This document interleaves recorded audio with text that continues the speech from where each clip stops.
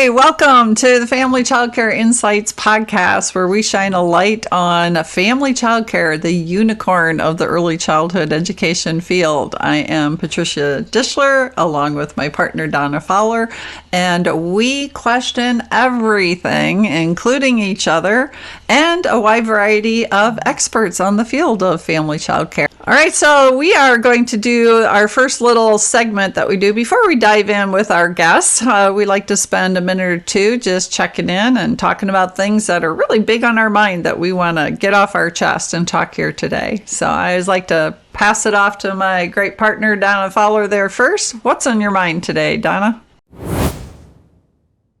Well, what's on the mind is today I had, one of those like lovely appointments where we take reading material with us, but it can't be too long. And so I've been reading through European early childhood education research, which is since I've been doing a lot of work overseas. And I read this research article today that just gave me a lot of pause today. And it was called Any Questions Young Children Questioning in Their Early Childhood Education Settings. And there was this one section that I wanted to read you because it just made me think a lot. And so I basically want to go do a little bit more research.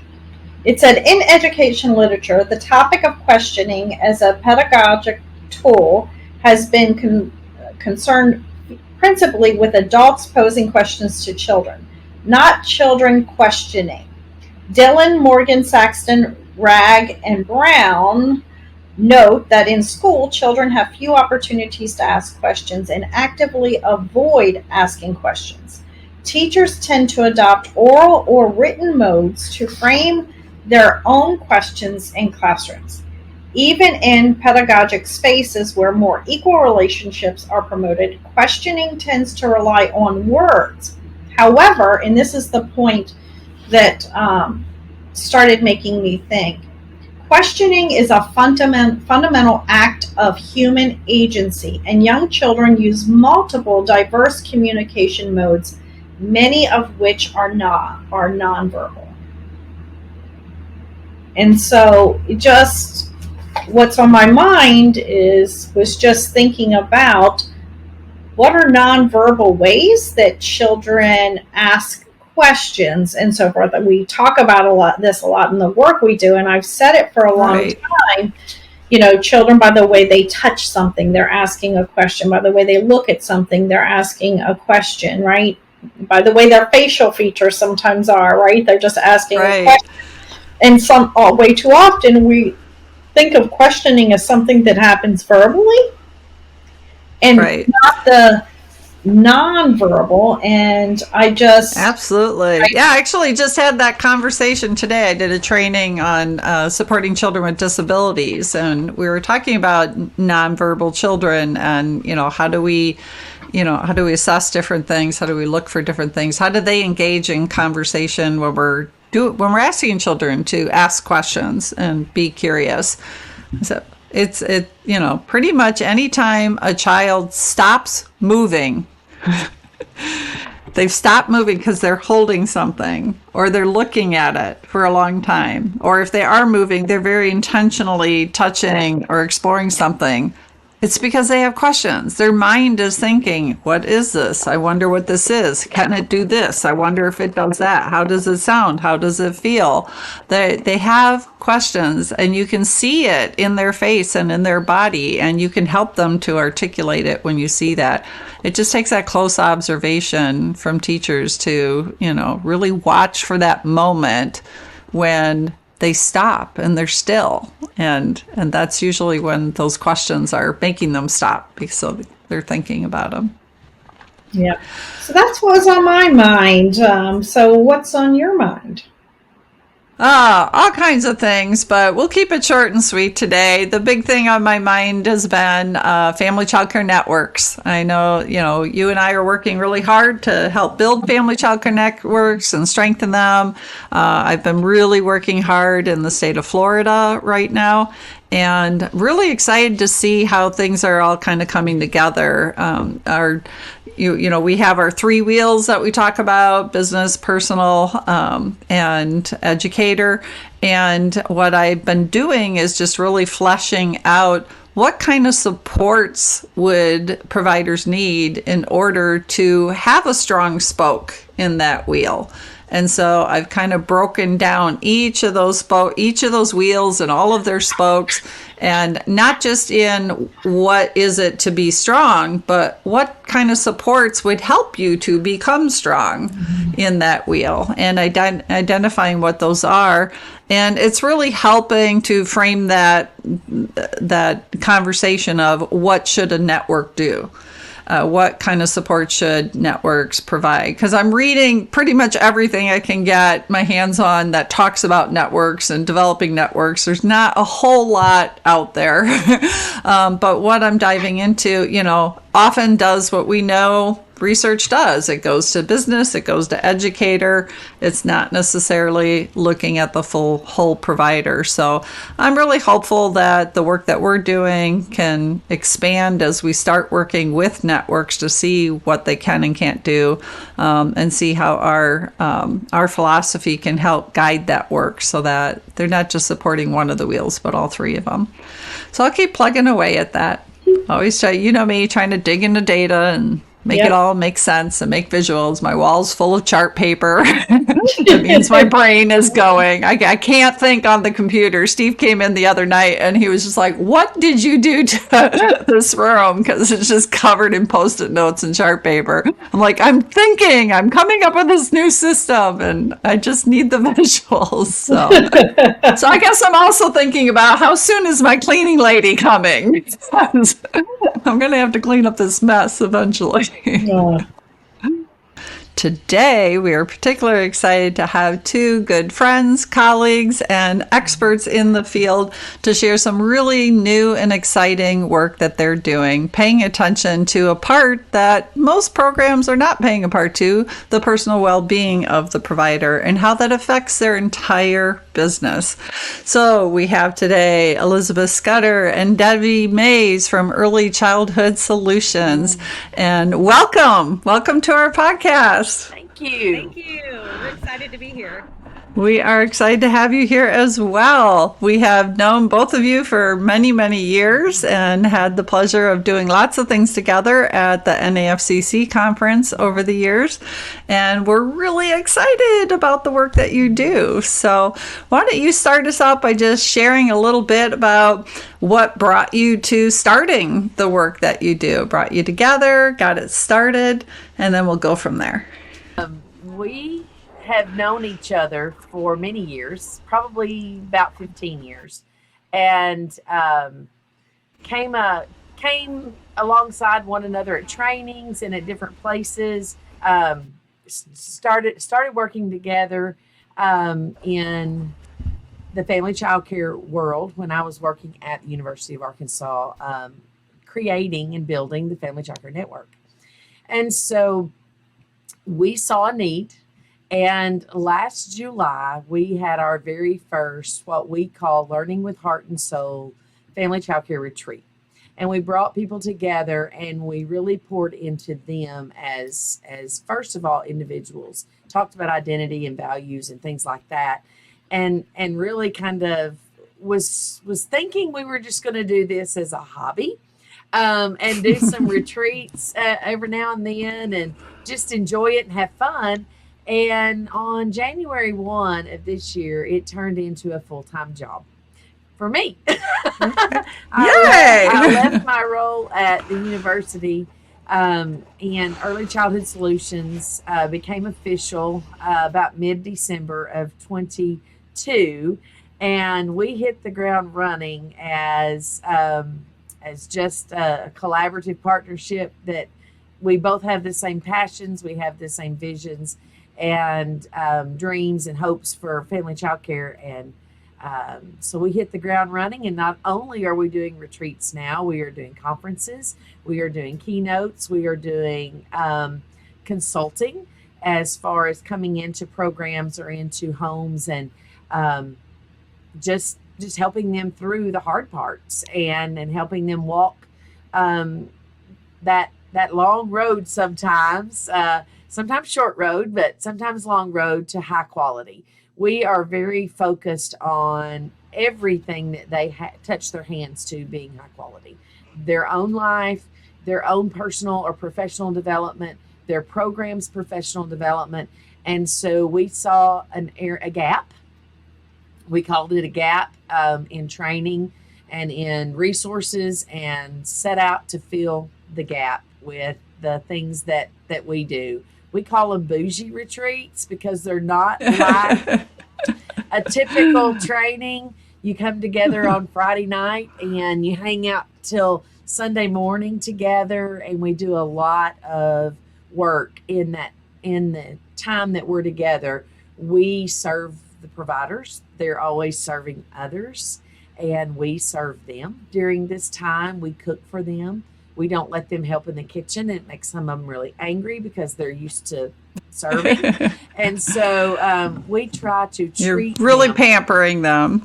We really are. And, we have seen some incredible things come from that. So our hope is to just keep right on trucking and just keep on serving the community of family child care, because they are the essentials, and we believe that. Absolutely. Well, this is where we are just so like-minded, the idea that you guys discovered this gap, that whole provider was not getting the support that they need. And that's something that brought Donna and I together to start our work with Family Child Care Experts. Is we saw people focusing on business practices, and we saw other folks focusing on getting them curriculum. And we're like, wait a minute, but there's a bigger picture here. And it includes that balance of all those things and their personal well-being and their family's involvement in being part of this, because it is in your family's home. And there's just so much more in that personal wheel. And that's how we came up with those 3 wheels. And honestly, in the couple of years we've been doing our work, we've been trying to find somebody that's got resources and a way to help really focus in and support that personal well-being wheel. And other than maybe a few programs that have some individual coaches that will, have that conversation and support and talk with them, we're not really seeing that focused effort until you. And so you've got this amazing event where everyone can recharge and share ideas with each other and grow and learn. So walk us through what that looks like. What are the kinds of topics that you're covering and discussions that you're having during one of your retreat weekends? So it's interesting when they come in. One of the first things we do is just make them feel welcome. They're our guest. We don't consider them participants. They are our guest in a home, and we just validate them for where they are. Everybody comes to us in a different place of their journey. We've had people that have been family child care providers for 40 years, 50 years, and we've had people that actually weren't quite licensed yet. So they all come looking for something different. But what we have found is no matter what content we write, and we do write content for them, but no matter what content we write, the minute we sit down at that candlelit table and just start talking, that's when we find out what they need for the weekend. And sometimes we have to go to our room at night and go, hey, let's rethink this and let's put a different spin on Scratch the plan. We're starting over. Yeah, because they need something else. And that's okay. That's okay. Rarely have we had a retreat that it's not been emotional for some people. We've just prepared ourselves for that. The first time it really took us, off guard, and we were like, whoa, how do we handle this? But now that's just part of the weekend, because what we found is nobody takes the time to listen or validate the family child care providers. Right. So they're able to slow down and get in touch with their feelings and tell their stories. And we just listen and we just listen. And that's when that amazing transformation takes place, when everybody's talking around the table and we decide, where we're going to go next. But we have that dinner at night, and we have fun and play some games, lead into our content, which is based on self-identity pretty much at the beginning, and how our values affect what we do day to day. and where those values come from, which is a lot of that emotional side of it. They tell the stories of their grandparents, or the lady that helped raise them, Oh, nice. yeah. And so then usually Debbie goes to bed about 10:30, 10 o'clock, and Elizabeth is up telling stories like, oh my goodness, she's the night owl. So she stays up with our people that like to be up late. The next morning they're met with a delicious hot breakfast, and we begin the day again, just talking about the next level. We do inspire, validate, and nope. Yes, and ignite transformation. I was about to forget our little tagline there. So the first night is inspire. The second day is to validate, so that we spend the second day just validating all the things they're doing. And it's funny that you talk about curriculum. That's something that's dear to our heart, like developmentally appropriate curriculum, although it can be a touchy subject sometimes when you're in a group setting. But what's interesting is it's so much more well received in this type of setting. Mm-hmm. Like they want to know. They want to know what's appropriate. So we're able to do that. So we send them in the afternoon on a little bit of an outing in the town that we're in. That looks different for different places. That too gives us a little bit of a breather to break and go, hey, what are we gonna do next? Saturday night we come back with a dinner and a little bit more fun, a little bit more content, and then on Sunday morning we get up to another breakfast, and we try to end everything we do, whether it's a conference, a retreat. We try to end with a ritual. The things that we found work best with our adult learners are the same things that we know work best with children, right? Those rituals that bind us together. So we end our time with a ritual with our family child care providers. And it's just a really, really special time. We give them the opportunity. What's so funny is they leave validating us and the work that we do. And Elizabeth and I, every time we'll get ready, we get packed out ready to go. And we're like, wow, that was just incredible. That's wonderful. For them, but for us too. So it's just a big, long weekend of validation and igniting that transformation. Oh, it sounds amazing. Like I'm ready to hop on a plane and come to one this weekend. That's what I was thinking. I was thinking, I need this pampering and validation and so forth. So what comes out of it though? I mean, do you find that these groups are sticking together? Do they continue to communicate? What is the aftermath of one of these? Well, let me just tell you. The first one, we decided we were going to be all techno savvy, and we created a group text message with everybody in it. And we were telling them where to go, how to get there, all that kind of stuff, and kind of building the excitement for them to get there. Well, that text message was created, that stream with all those people was created in July of 22. And it was blowing my phone up still today. They're still talking to one another. They're still validating each other. They're still helping one another. And they were from all over the state. Many of them didn't know each other. Maybe one knew one or two, and maybe one knew one or two over here, but they didn't all know each other. And so they are now a group of 10 that are solid together, and we've built a network within a network. And so that's a really, really cool thing for us to see, because when they reach out now, if we're not available, one of them just jumps in and helps. And that's what you want. You want to build these networks within networks. So very exciting to see. And here's the thing that I think, if you're looking at it, you guys are data people, and you're looking at data, and you're looking at outcomes. And so for us, the outcome is we're seeing higher levels in Better Beginnings, which is our QRS system. We're seeing people join the QRS system that had not in the past. We're seeing people begin to document and assess children, which is near and dear to my heart. And, those kinds of things are coming because you don't know what you don't know.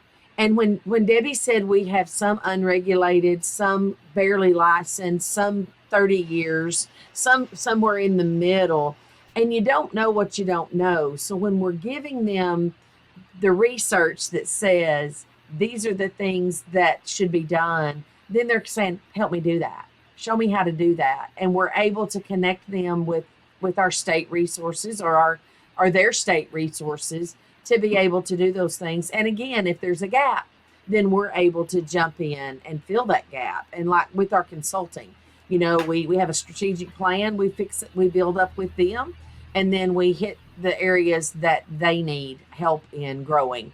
And that to me shows just an amazing opportunity to build a relationship. First of all, that's the key to all of this, is building that relationship. Once we build the relationship, then we can help them walk that road that may be hard, that may have twists and turns that they weren't expecting, and get them back on the path to providing high quality care for the children and families that they serve. Right. I think that gets to that heart and soul, right? That gets to that heart and soul. And I think that is one of the things that Patricia and I, that yes, we collect data, but the data that we collect is about the provider's perspective. It's not it's not necessarily about are they doing this or that. It's how do they feel about something. And that is something that nobody else is doing, right? They're not paying attention to how a provider feels about something, and because how they feel about something is how it affects different areas of their life, whether it be that business, that educator, their personal well-being, right? And one of the things that has driven Patricia and I forward is also that gap, right? My mother always used to tell me, don't complain about it unless you're willing to fix it, right? Yeah. I grew up hearing that, right? And so us really identifying that we weren't really looking at a provider in a whole way, right? So we started to collect that data to say, this is their perspective, whether you think it's true or not, this is how they feel about it, right? And this is what is affecting them. But what you're doing is you're really bringing them together to say that this is your weekend, right? We don't have an agenda for you. We have some question starters to get started on a conversation, but this weekend is going to go wherever it needs to go. And that's okay, right? And I think about that. I think about the times that, I would have loved to have cried on a family child care provider's shoulder a time or two. I could have cried on my husband's shoulder, but he didn't necessarily understand the perspective as had I cried on somebody else's, shoulder that really understood that. And to be able to get that validation from those who do the same hard work that we do often. And I'm like Patricia, I'm ready to pack my bags and get on it and get ready for a retreat. And the fact that you had such tangible outcomes that you could name, that there were more people that, got licensed and got into QRS and started using assessment tools, those are all tangible goals that many programs that are supporting providers are trying to achieve, and they're tracking it and they're looking at it. But I think you've just uncovered that, what Donna and I have uncovered as well, that those emotions are driving whether or not those things will come to fruition. That's right. And somebody's got to take the time to talk about how do you feel. I mean, Donna and I talk all the time about the, what was the book? Is it Switch with the elephant and the rider? Yep. Switch with the elephant and the rider. Yep. That elephant is your emotion. The rider, the intelligent part of your brain that knows you should do something, is not going to be able to control an elephant if they're feeling really strongly about going somewhere. So we have to pay attention to emotions. And, we try to do that through our work with our data collection, and for you guys to give them that safe place to come together and to say, kind of, what gets shared here stays here, I'm assuming, is kind of a philosophy of it. And so they can feel safe to have those breakdowns and get emotional and share it, because they have to get through that in order to get past that and to move forward.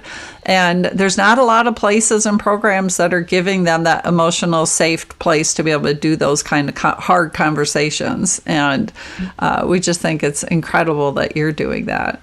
I do have a question, though. So so quite often we hear from folks that, oh, when we bring people from early childhood together, it can quite often very quickly turn into a grumbling session, right? Mhm. So how do you move from, and that's valid. It's valid to be able to grumble, but how do you then move somebody from I'm just complaining about it to working through the conversations with a group to get to what do we do about it? What kind of happens next? Does that naturally happen? Do you find your participants just kind of jump in and say, yeah, that happened to me too, but let me tell you what I did about it? How, because again, we can all fall into we're just going to all gripe and feel worse than we did when we came here. But Yeah. we want to feel, like you said, you go through this inspire, validate, ignite, right? And so you have to get to that ignite, right? How do you ignite Right. them to continue this work? So it's interesting. Do you find that interesting, Elizabeth? Like, I'm thinking back on our retreats, and like, I don't think we've encountered that. Do you? Wow. I absolutely understand, because I've been in meetings like that before, but Right. in our retreat setting, I don't think we've encountered that one time, and now I'm intrigued to why. Maybe it's the positive environment that we set up. I don't know the answer, Donna, other than that just hasn't happened in our setting. So do you think maybe they're just reframing that because of the positive setting that they're in, they're not thinking at the problem from that negative point of, oh, I just want to complain about this, but that they're there because they're actually curious to find answers. So the way it comes out in your session is more them asking a question, like, what do I do in this situation? Do you get those, where they're sharing, I have a challenge here and I want some information on how to help it? It could be the questions you guys are asking too. So maybe the way that you're framing your questions, which, I would say I'd be interested in you going back and even thinking about that. What are our questions and how does we're going to have to do a follow-up here. I want you to start tracking what kind of, are we hearing complaints or just questions or neither? And if we're not hearing it, what are we hearing? So what would be an example of the kind of thing that someone would open up about and want the group to help with or to share or to talk about? Well, I think that, we start the evening on Friday night finding out who they are. Who are you and what are your core values? Mm-hmm. And how do those move and translate into what you do? And so when we start that way, it almost shifts from that I'm a childcare provider to this is who I am. If everything's stripped away, because I'm a person. We do ask the question after we do this exercise, at the end, if everything is stripped away from you and all you have left is integrity or humility or compassion, if that's all you have left, how do you take on the next day? And so we really talk a lot about personal development first. Now, I was thinking back to the first one, and we did have a couple of people say, hey, what would you do about this? But it was more of an inquiry, I think, than, this happened to me today, and it really just bums me out. It wasn't like that. It was more of, hey, what do you think about this? Or what would you do in this situation? So it's really curious that you're not hearing that, because I've done so many trainings where the coaches or the support group from whoever brought them together in the first place, administrator, if I even say something like, so what are some challenges here? I've had people in the back of the room going, no, shut that down. And I'll talk to them on the side later. I'm like, what's the problem? And they're like, don't start asking them about their problems. They will just complain and complain, and this will go down a rabbit hole, and we will never get back on track with this training and get anywhere. And I'm always so surprised by that, because I usually do it anyhow. And we are able to have a good conversation that leads to solutions. But there are a lot of people that are afraid to even give that platform for that. And I think that, well, I'm sorry, Debbie, I just keep talking. You know me. I think we have created an outlet for that. And we have a monthly membership subscription that they can do. And they come in and they can pay annually, or they can pay by the month. And we have opportunities twice a month for them to come in, and we're on Zoom. They all have the link. And they come in, if they have a problem, if they have a question, if they have something they need to work out, we have a space built for that. And then, great. Every day, they get us every morning.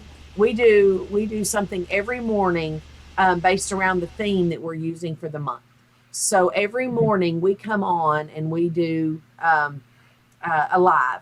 And then they have an opportunity to ask questions or to give comments. So we create a space for that. And they're so, come on, we're all just tired. We're all mamas and grandmamas and wives and everything and providers, and we're tired. So when we come somewhere where they're going to take care of us, then that's what they're allowing us to do, I think. And we just, we just create that environment to where they can just let it all out and just relax. And so I think, again, relationships is first. We really work hard up to the day that we meet, because we have been to retreats where we did not know the people that were at the retreat at all.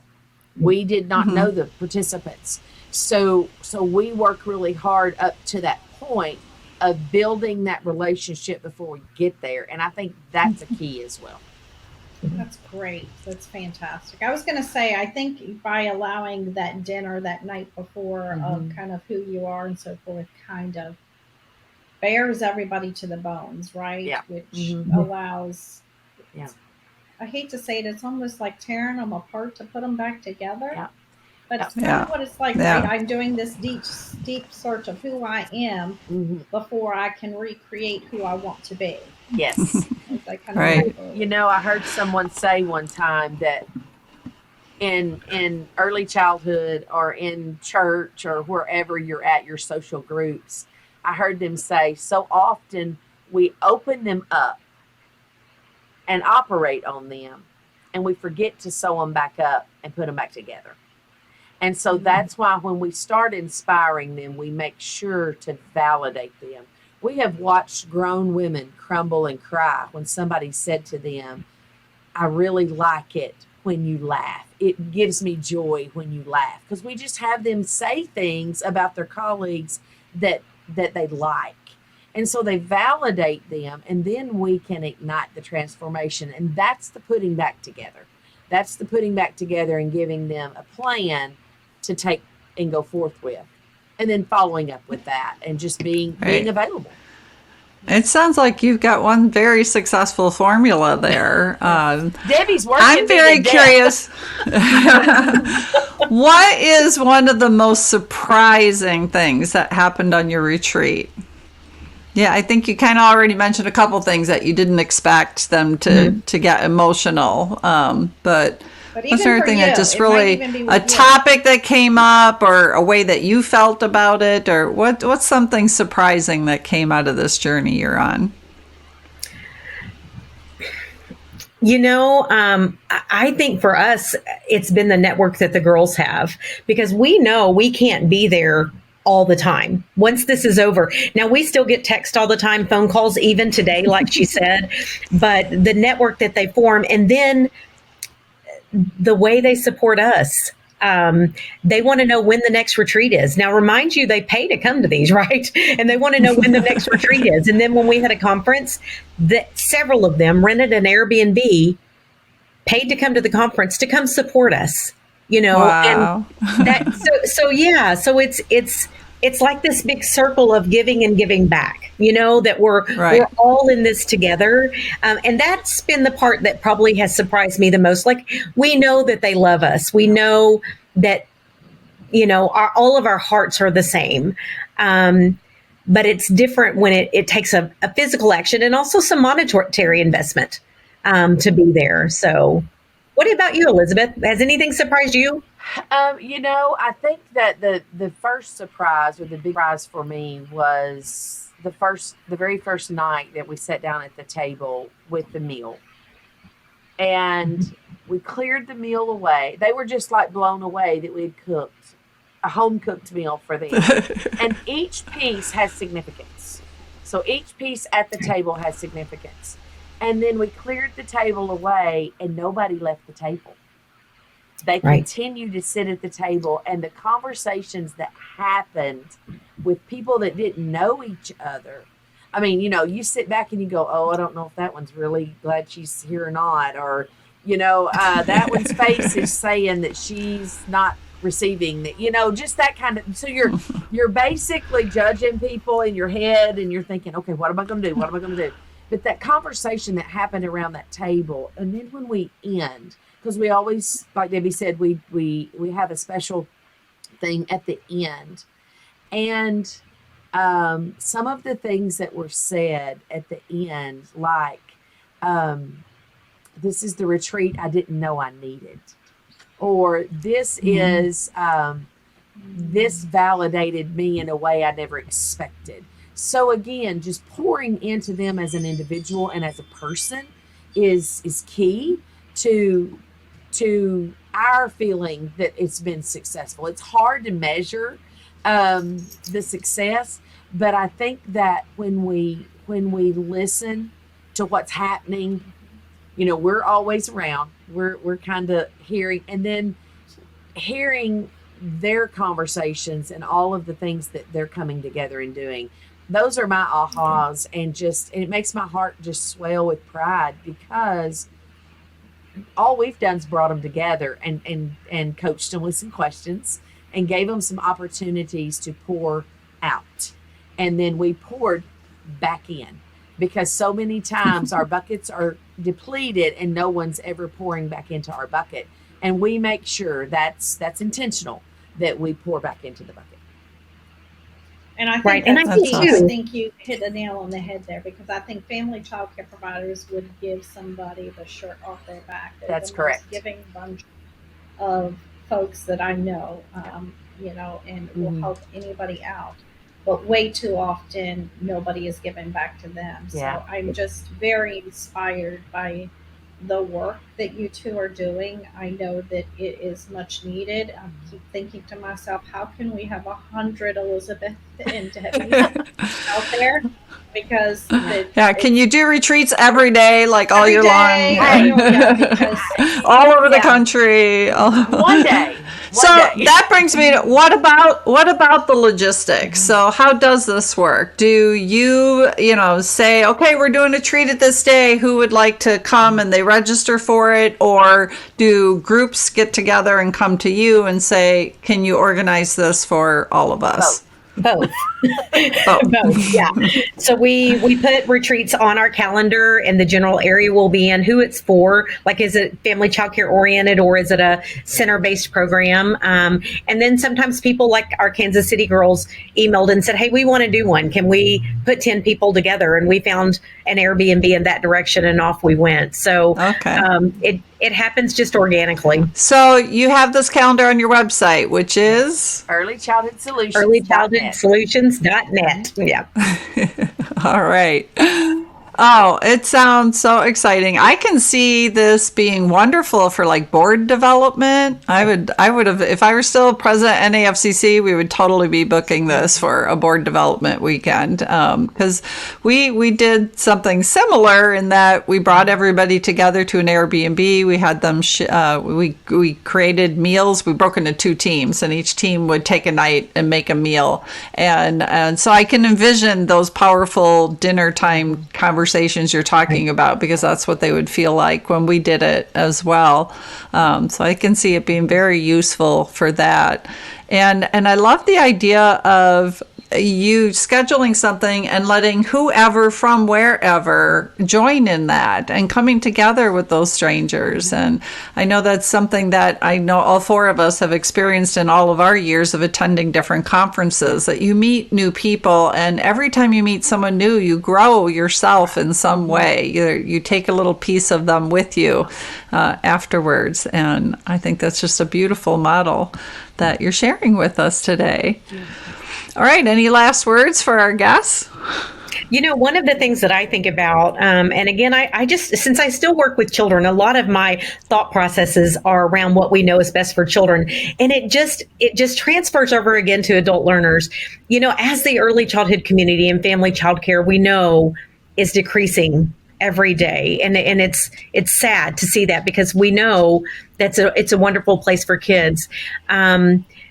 What builds resilience in children is a network of people that support. And I think that's the same for family childcare. And I think that's what Early Childhood Solutions is doing, is we're building a network of support for these providers that may not have had that support before. So we're excited, and hopefully part of our legacy will be that we're helping to build the nation of family childcare back, so we're excited about that.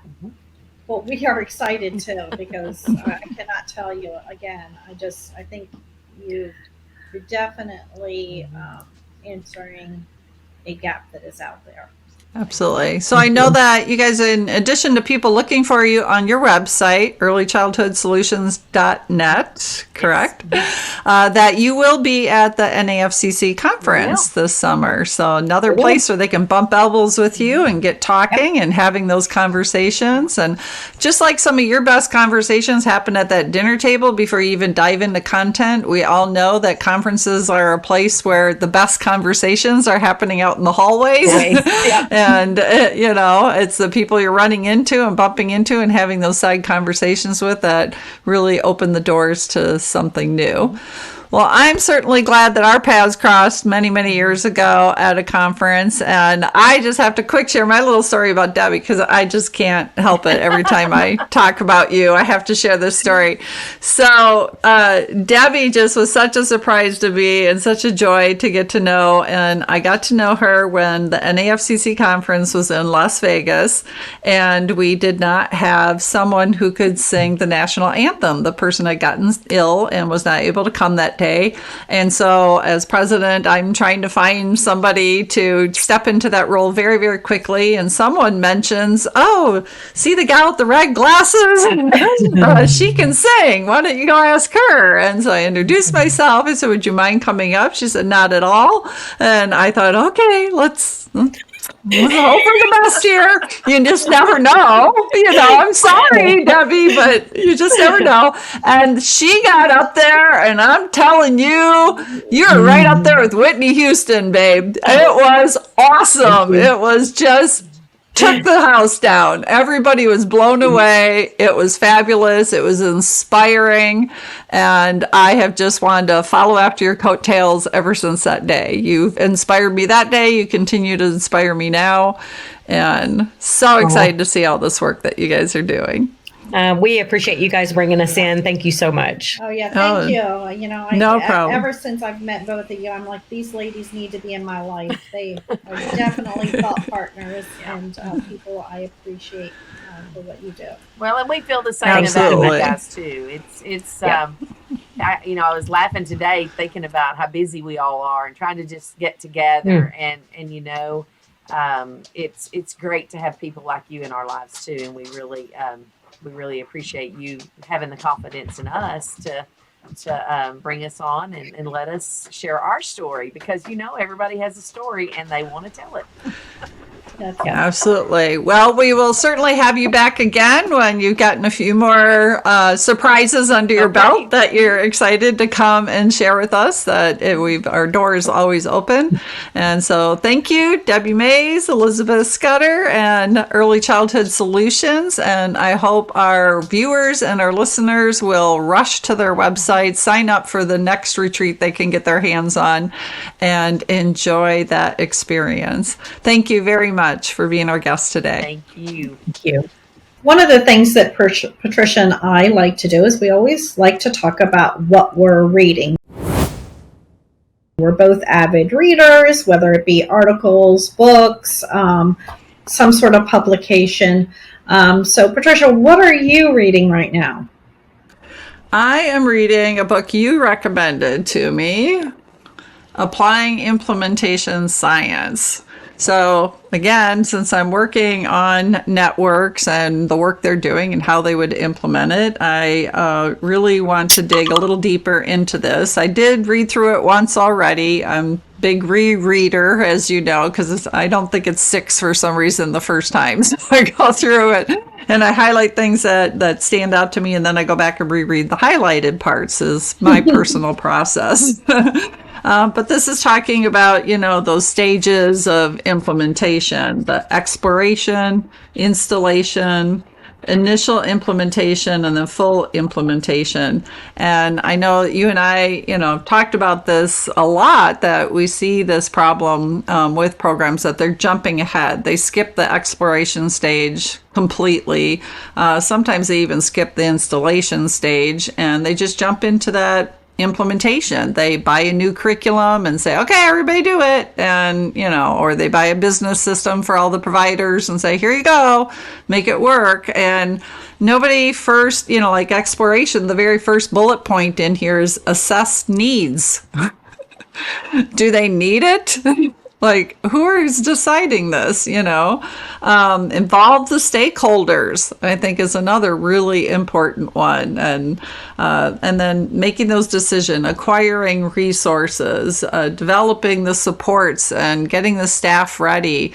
Those are the sections of this book that are really catching my attention, because I think they're the most lacking. And I hope that as you and I do work to support family childcare networks, that we're going to ensure that they're implementing any of the programs and projects that they come up with using this approach. So it's by a whole bunch of names, so I'm just going to hold it up. And we'll get copy of the book out there, or the link, or Angelina, you can figure out that part. Yeah. So that's what I'm reading. So I just want to back off of that for a minute. I agree with you wholeheartedly, and I find that what it tends to happen in the early childhood field is that we consistently go towards the next shiny object. Like somebody says, oh, there's this great thing out there. And so everybody chases the shiny object with not really thinking through, do we need the new shiny object, right? Or they add something because they're putting a Band-Aid on something without really understanding data. So while I'm not reading this book right now, you know that I'm reading a research book right now on early childhood European education, because I'm doing a lot of work there. But there's a great book out there that I've read in the past. It's called Trying Hard is Not Good Enough. And it's results-based accountability, which kind of goes a little bit deeper to say, let's first look at this, right? Let's look at where you're trying to go, where you've been. And so one of the great examples in there talks about is that you can't just, all of a sudden you notice that you've got water on your floor, right? And you go and you shut the water off in the house and you think that solves the problem. Well, it might have not been coming from the pipes in the house. It might have been coming from a leaky roof that had nothing to do with the pipes in your house, right? Right. And so by shutting off the valve to the water in the house, you're thinking you're solving that problem, but because you haven't investigated where the problem came from in the first place, you're not getting to where you need to get to, right? The problem you're trying to solve from is to keep your house from flooding anymore. But unless you do the true investigation to figure out where you've been and why you were there and what happened, you're not really going to do it. And I think we get into this habit where we just say, that's what gets us in this habit of chasing that new shiny object. We think, oh, that's going to solve all our problems. Oh, yep, no, that didn't. This is going to solve our problems. Instead of understanding, they're probably trying to solve the wrong problem in the first place. It was probably a completely different problem that was happening, and we're over here trying to solve shutting off the water in the house, and the problem was that you had a leaky roof. right? Right. And so I'll kind of leave it with that today, and we will get both of the links to both of those books put up on our website. All right. Sounds great. Well, it's been a fabulous conversation, as always, with our guests from Early Childhood Solution and talking with you, my bestie, Donna. We're looking forward to that and seeing you join us here again. Please visit our website, familychildcareexperts.com. Find us on YouTube so that you can get the visual, or you can just listen on Spotify. But please follow and subscribe to our podcast so you don't miss a single word. And don't forget to be out there asking those questions and be that disruptor. We'll see you again next time. Bye, guys.